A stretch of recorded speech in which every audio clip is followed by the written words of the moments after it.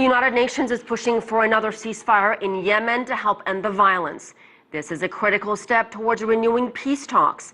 Attempts to seek a political solution crumbled last month in Kuwait, leading to intensified fighting among warring factions. CCTV's Lilling Tan looks at the latest push to try and end the conflict.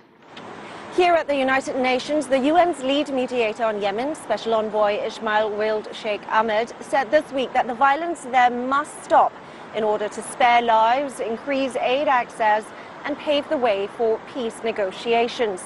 He also warned the Security Council about the growing extremist element there, that groups like Al-Qaeda and ISIL could keep feeding off the chaos to spread their brand of terror, such as the suicide bombing in Aden on Monday that killed more than 50 people.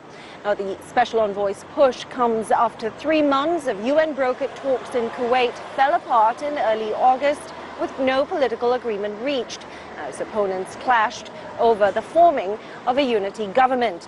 Since then, the Saudi-led coalition has increased its airstrikes on rebel territory, while the Houthis have also stepped up their attacks on Saudi Arabia from across the border.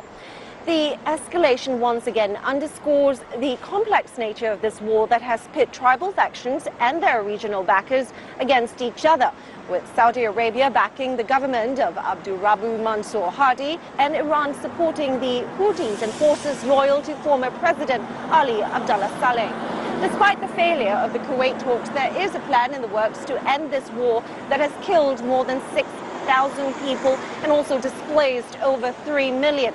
A roadmap of sorts to form a unity government and also restore critical institutions badly needed for a functioning country to work properly. And to an extent as well, there is also some measure of commitment from opposing sides to end this conflict. But first, a complete and sustained ceasefire must be in play. Now, Sheikh Ahmed told the press this week that he's hoping for a return to a ceasefire before the Muslim holy day of Eid al-Adha on September 11th.